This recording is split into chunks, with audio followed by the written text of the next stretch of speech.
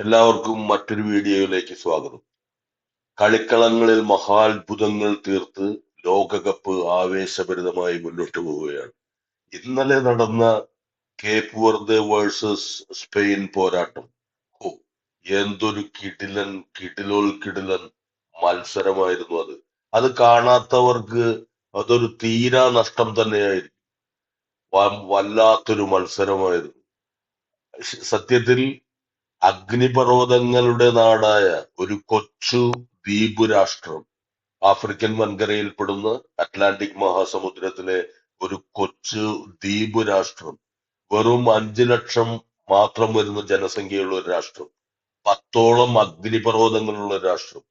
അതിൽ മറ്റൊരു അഗ്നിപർവ്വതമായി അവരുടെ ഗോൾ കീപ്പർ വൊനീസ്യ എന്ന് പറയുന്ന ആ മഹാമനുഷ്യൻ നെഞ്ചും വിരിച്ചു നിൽക്കുന്ന കാഴ്ച.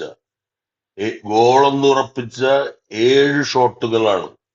അതുപോലെ നേർക്ക് നേരെ വന്ന 27 ഷോട്ടുകൾ. ഗോളെന്ന് തീർച്ചയായും കരുതിയ 7 ഷോട്ടുകൾ ആ ഗോൾ കീപ്പർ തടഞ്ഞിടുന്നു. സത്യത്തിൽ ഈ കേപ്പ് വെർദെ എന്ന ടീം, എന്ന രാജ്യത്തെ കുറിച്ച് യാതൊരു മനുഷ്യനും നാളിതുവരെ കേട്ടിട്ടില്ല.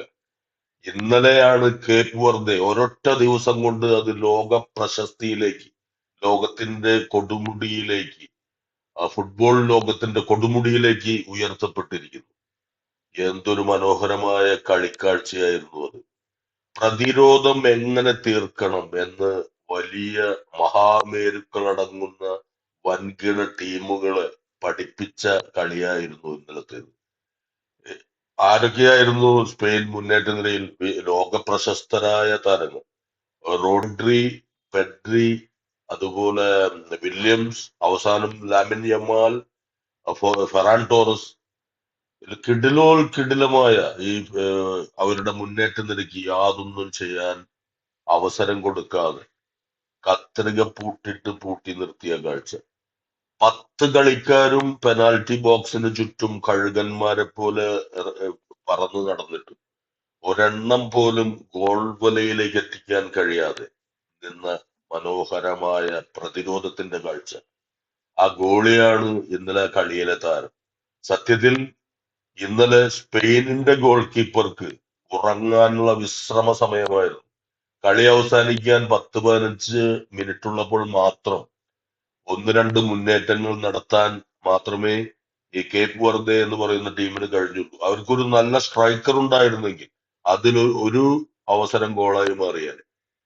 എന്തൊരു മനോഹരമായ ഫുട്ബോളാണ് നടന്നുകൊണ്ടിരിക്കുന്നത്. അതുകൊണ്ട് ഈ ലോക റാങ്കിങ്ങിലോ റേറ്റിംഗിലോ ഒന്നും യാതൊരു പ്രസക്തിയുമില്ല.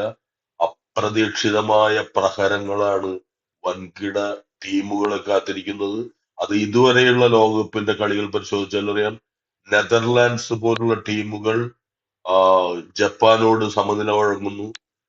ബെൽജിയം ഇന്നലെ ഈജിപ്തിനോട് സമനില വഴങ്ങുന്നു. അതുപോലെ വിഖ്യാതരായ ഉറുഗ്വേ ഇന്നലെ സൗദിയോട് സമനില വഴങ്ങുന്നു. ആ രീതിയിൽ ആണ് കാര്യങ്ങൾ മുന്നോട്ട് പോകുന്നത്.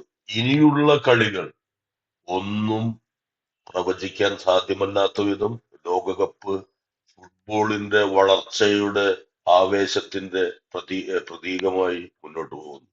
നന്ദി, നമസ്കാരം.